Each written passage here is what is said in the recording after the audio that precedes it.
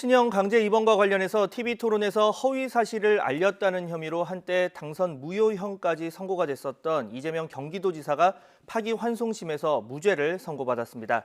마찬가지로 당선 무효 위기에 몰렸던 은수미 성남시장에 대한 선고도 곧 이뤄질 예정인데 현장 중계차 연결해서 자세한 내용 알아보겠습니다. 부장원 기자.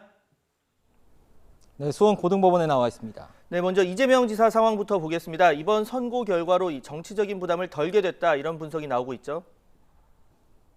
네, 그렇습니다. 당선 무효 위기에 몰렸던 이재명 지사가 파기환송심에서 무죄를 선고받았습니다.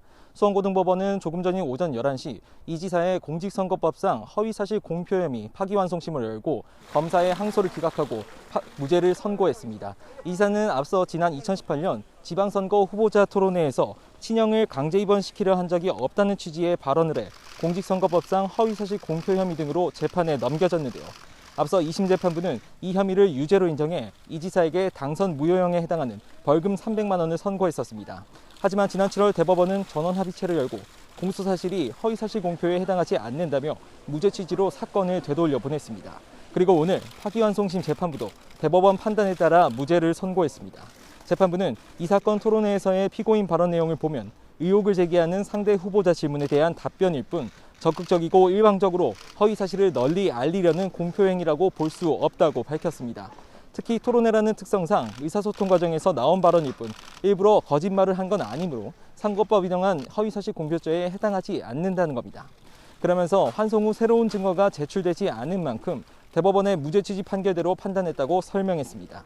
이번 판결로 이 지사는 정치적 명운이 걸렸던 이번 사건에서 종착역을 눈앞에 두게 됐습니다.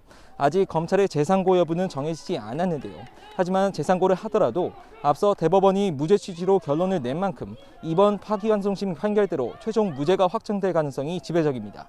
선고를 마치고 난 뒤 이 지사 그동안의 재판 과정에 대한 소회를 밝혔는데요.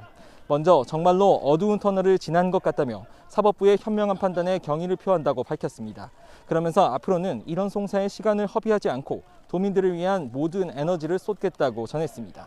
그러면서 대선 출마 가능성을 묻는 질문에는 대선은 국민들의 선택이라며 국민께서 부여해 주신 현재 경기도지사 역할에 최선을 다하겠다고만 말했습니다. 네, 정치자금법 위반 혐의로 재판에 넘겨진 은수미 성남시장 상황도 보겠습니다. 오늘 파기환송심 선고가 예정돼 있는데 몇 시에 진행됩니까? 네, 말씀하신 것처럼 은수미 성남시장에 대한 파기환송심 선고도 예정돼 있는데 조금 뒤인 오후 3시 이재명 지사가 선고가 있었던 같은 법정에서 파기환송심 선고가 내려집니다. 은 시장은 지난 2016년 6월부터 조직폭력배가 운영하는 업체로부터 90여 차례 차량 편의를 받은 혐의로 재판에 넘겨졌습니다. 마찬가지로 선출직 공무원은 정치자금법 위반 혐의로 벌금 100만 원 이상의 형을 확정받으면 직을 상실하는데요. 1심 재판부는 벌금 90만 원을 선고했지만 2심에서 검사의 양형부당 주장을 추가로 받아들여서 벌금 300만 원이 선고됐습니다. 하지만 대법원이 은 시장에게 벌금 300만 원 선고한 원심 판결을 깨고 사건을 수원고등법원으로 돌려보냈습니다. 재판부는 검사가 1심 선고 이후 항소한 과정이 적법하지 않다고 판단했는데요. 검사가 항소하면서 일부 유죄, 일부 무죄 판단을 내린 1심 판결에서 유죄 부분에 대한 양형부당 이유를 구체적으로 쓰지 않았던 겁니다.